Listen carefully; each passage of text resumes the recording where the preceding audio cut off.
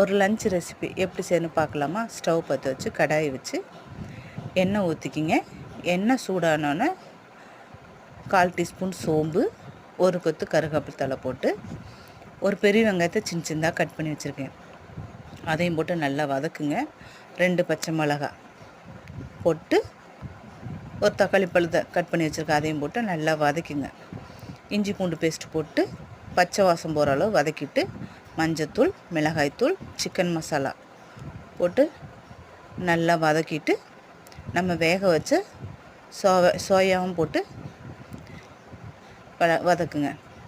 தேவையான அளவு உப்பு போட்டு வடித்து வச்ச சாதத்தை போட்டு கிளறுனா சூப்பரான லஞ்ச் ரெசிபி ரெடி. இதை டிஃபன் பாக்ஸில் நீங்கள் பசங்களுக்கு போட்டு கொடுத்துட்டிங்கன்னா டிஃபன் பாக்ஸ் காலியாக தான் வரும்.